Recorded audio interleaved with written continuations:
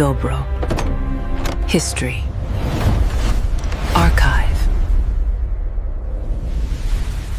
1980년 1월 대한민국은 서울의 봄이 오기 바로 직전에 정말 혹독한 겨울이었습니다. 네, 맞습니다.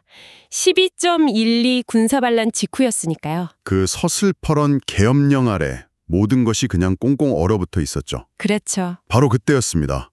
강원도 고성 앞바다 그 차가운 수심 105m 심해 속으로 경비정 한 척과 17명의 승조원이 사라졌습니다. 45년 동안이나 철저하게 은폐되었던 비극이죠. 네, 오늘 당신이 보내주신 자료들을 통해서 그 깊고 어두운 바닷속의 진실을 함께 탐사해보려 합니다. 글쎄요, 이걸 그냥 단순한 해상사고라고 보기는 좀 어렵습니다. 아, 그런가요? 네, 이건 1980년이라는 그 시대적 상황이 어떻게 진실을 왜곡하고 또 개인들의 삶을 송두리째 바꿔보렸는지를 뭐랄까 일종의 타임캡슐 같은 사건이거든요. 타임캡슐이요? 그리고 또 흥미로운 건 45년이 지난 지금 최첨단 과학기술이 그 멈춰버린 시간을 다시 흐르게 만들고 있다는 이야기이기도 하고요. 네, 와, 타임캡슐이라는 표현이 정말 와닿네요. 그럼 그 캡슐 저희가 한번 같이 열어보죠. 모든 것이 시작된 1980년 1월 23일 새벽 그날의 거친 바다로 들어가 보겠습니다. 당신이 보내주신 자료들을 보니까요.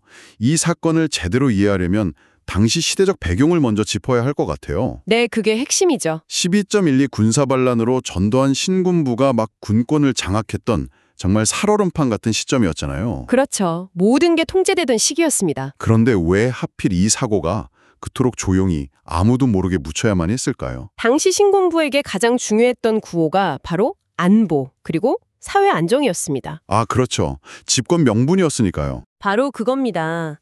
그런데 북한과의 군사적 긴장이 최고조였던 동해 최전방에서 아군끼리 충돌해서 경비정이 침몰했다. 이건 뭐 정권의 안보 무능을 그냥 그대로 드러내는 거잖아요. 자신들이 가장 내세우는 가치를 스스로 무너뜨리는 꼴이 되니까요. 그들에겐 정말 치명적인 사건이었던 거죠. 특히 자료에도 나오지만 불과 6년 전인 1974년에 해경 863함이 북한이랑 교전하다 침몰해서 28분이 희생된 트라우마가 있었거든요. 아, 그런 일이 또 있었군요. 네, 그러니까 이 사건은 단순 사고가 아니라 곧바로 보안사고로 분류가 됐고 당시 막강한 권력을 휘두르던 보안사령부가 언론 보도를 철저하게 통제하기 시작한 겁니다. 군이나 경찰의 사기를 떨어뜨릴 수 있는 건 아예 기사화조차 못하게 막아버렸군요. 맞습니다.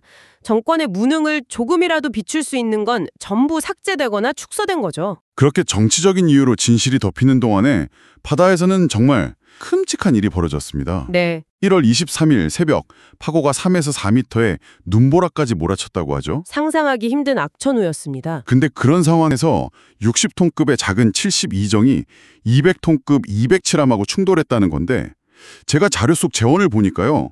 이건 거의 덤프 트럭하고 경차가 부딪힌 수준이더라고요. 네, 정확한 비유입니다. 게다가 당시 기술 수준을 생각해야 해요. 지금처럼 GPS가 있는 것도 아니고. 아, 그렇죠. 칠흑 같은 어둠 속에서 의지할 건 낡은 레이더뿐이었는데 파도가 이렇게 높아지면 해면 반사파 때문에 레이더 화면이 그냥 하얗게 변해버립니다. 그럼 거의 무용지물이었겠네요. 그렇죠.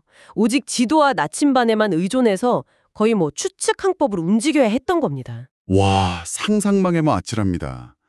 그런 상황에서 200톤급 함정의 그 거대한 운동 에너지가 60톤급 경비정의 옆구리를 그대로 네, 선체는 충격 즉시 복원력을 완전히 잃고 그냥 그대로 뒤집혔을 겁니다. 그리고 정말 순식간에 침몰했겠죠. 그래서 전원 실종이 된 거군요. 바로 그겁니다. 17명 승조원 전원이 실종됐다는 사실 자체가 구명조끼를 입거나 배에서 탈출할 시간이 단 1초도 주어지지 않았다는 뜻이니까요. 김종곤 경감을 포함한 해양경찰관 9분, 그리고 국방의 의무를 하던 20대 전경 8분. 네, 꽃다운 청춘들이었죠. 그렇게 17명이 차가운 바닷속으로 사라졌는데 유가족들이 받은 통보는 그저 작전 중 실종이라는 그 모호한 단어뿐이었습니다. 정말 기가 막힌 일이죠. 시신도 없이 장례를 치르면서 뼈 한 조각이라도 찾아달라고 절규해온 그 40여 년의 세월이 바로 그렇게 시작된 거고요. 네, 그렇게 거의 뭐 한 세대가 훨씬 넘는 시간 동안 이 비극은 가족들 기억 속에 난 존재했습니다. 완전히 잊힌 역사, 덮여버린 사건이었죠. 그렇죠. 그런데 당신 자료를 보면 2014년 세월호 참사라는 또 다른 국가적 비극이 이 사건을 다시 수면 위로 끌어올리는 계기가 됐다는 게 참 역설적으로 다가옵니다. 맞습니다. 국가는 국민을 끝까지 책임져야 한다는 그 사회적 인식이 대한민국 전체에 아주 큰 울림을 줬습니다. 네, 정말 그랬죠. 이 목소리가 커지면서 과거에 제대로 처리되지 않고 묻혔던 다른 해양 사고들에 대한 재조명 요구가 함께 터져 나온 겁니다. 유가족들의 그 끈질긴 청원과 언론의 재조명이 힘을 얻으면서 마침내 해양경찰청이 39년 만에 재수색을 결정하게 된 거죠. 여기서부터가 정말 흥미로운 지점입니다. 1980년의 수색과 2019년의 수색은 이건 뭐 차원이 다르더라고요. 아, 비교할 수가 없죠. 당신이 보내주신 자료에 나온 기술들 보고 정말 놀랐습니다. 첫 단계가 멀티빔 에코 사운더였죠. 네. 이걸 좀 쉽게 이해하자면 그냥 물고기 찾는 어군 탐지기 수준이 아니라 음파를 부채꼴 모양으로 아주 넓게 쏴서 해저 지형 전체를 그냥 3D로 스캔해버리는 기술, 이렇게 봐도 될까요? 와, 완벽한 비유입니다. 말 그대로 바닷물을 디지털로 싹 빼내고 해저 지형을 맨눈으로 보듯 만드는 기술이죠. 그걸로 사고 추정 해역을 샅샅이 훑었군요. 네, 반경 4.8km를요. 그래서 자연 지형이 아닌 인공물로 의심되는 돌출부 40여 개를 먼저 찾아냈습니다. 그리고 그중 가장 유력한 목표물을 확인하기 위해 다음 단계로 넘어간 거죠. 바로 무인 잠수정, ROV. 그러니까 리모컨으로 조정하는 수중 드론을 투입한 거군요. 그렇습니다. 고해상도 카메라랑 아주 강력한 조명을 장착한 ROV를 수심 105m 아래로 내려보냈습니다. 그리고 마침내 2019년 4월 2일 네. ROV의 카메라가 그 39년간의 어둠을 뚫고 녹슨 선체를 포착합니다. 세상에. 최초 사고 추정 지점에서 불과 643m 떨어진 곳이었어요. 근데 그 ROV가 보내온 영상이 좀 흐릿한 흑백 영상이던데 그걸 보고 이게 72정이라고 어떻게 확신할 수 있었을까요? 저도 자료사진을 봤는데 형체를 알아보기 힘들 정도던데요. 바로 그럴 때 설계 도면이 결정적인 역할을 합니다. 영상 속 한미 부분에 보이는 그 원형포 거치대의 형태, 그리고 독특한 모양의 엔진 덮개가 72정 설계 도면과 정확히 일치했습니다. 아, 도면하고 대조를 해본 거군요. 네, 그 주변 해역에 다른 침몰선이 없다는 점도 중요했고요. 이 영상을 관제실에서 지켜보던 유가족들이 너무 늦어서 미안하다면서 우열하는 장면은 정말 저도 그 장면을 봤습니다. 이 탐사가 단순한 물체 확인 작업이 아니라 39년간 멈춰있던 애도의 시간을 다시 흐르게 하는 그런 순간이었음을 보여주는 거죠. 정말 영화 같은 순간이네요. 최첨단 기술로 39년 만에 비극의 현장을 찾아냈고 온 국민이 감동했는데 네. 그런데 여기서 또 한 번의 아이러니가 발생합니다. 2019년에 찾았는데 그로부터 6년이 지난 지금까지도 인양이 안 됐다는 사실이죠. 맞습니다. 이 엄청난 성공 뒤에 왜 그렇게 긴 공백이 있었던 건가요? 한마디로 돈 문제였습니다. 예산이요. 네, 인양에 필요한 예산이 약 200억 원으로 추산됐는데 이게 번번이 발목을 잡은 겁니다. 특히 2020년에 코로나19 팬데믹이 터지면서 모든 예산이 방역에 집중됐잖아요. 아, 그렇죠. 다른 사업들은 다 후순위로 밀렸죠. 이 72정 인양은 시급하지 않은 사업으로 분류돼 버렸죠. 국회 상임위에서 예산이 통과되어도 최종 관문인 예결위에서 전액 삭감되는 일이 몇 년 동안 계속 반복됐습니다. 이건 정말 잔인하네요. 39년 만에 희망을 줬다가 그걸 예산이라는 현실적인 문제로 다시 빼앗아간 셈이 전해요. 유가족분들께는 그야말로 희망 고문의 시간이었던 거죠. 이건 마치 1980년의 은폐가 다른 방식으로 반복된 것 같다는 생각마저 드는데요. 의도적인 은폐는 아니지만 뭐랄까 무관심과 행정 편의주의라는 이름의 소극적 외면이랄까요? 아주 정확한 지적입니다.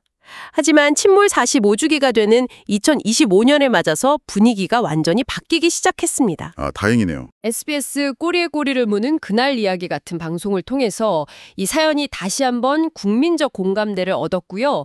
또 정청래 더불어민주당 대표 같은 주요 정치인들이 직접 나서면서 아주 강력한 추진 동력을 얻게 된 거죠.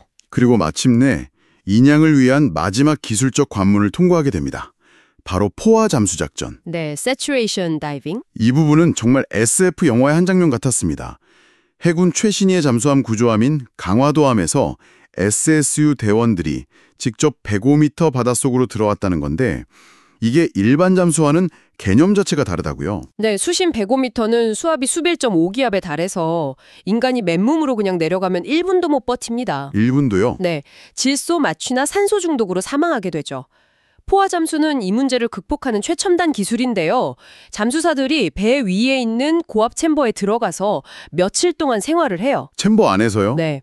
그러면서 신체를 목표 수심의 압력과 똑같은 상태로 미리 만들어버리는 겁니다. 아, 그러니까 몸 자체를 그냥 심해 환경으로 바꿔놓고 시작하는 거군요. 바로 그겁니다.